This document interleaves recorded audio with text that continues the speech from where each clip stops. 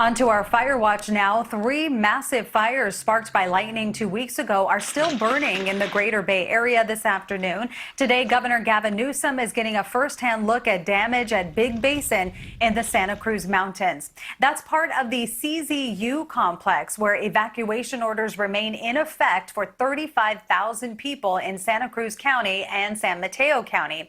More than 920 homes have been destroyed. Crews have contained 43% of that complex. Up in wine country, lots of progress made there. The LNU complex is now 69% contained, and some evacuation orders have been lifted in Sonoma County today.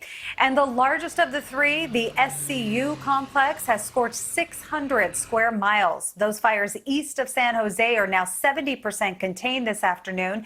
More than 5,000 structures remain threatened.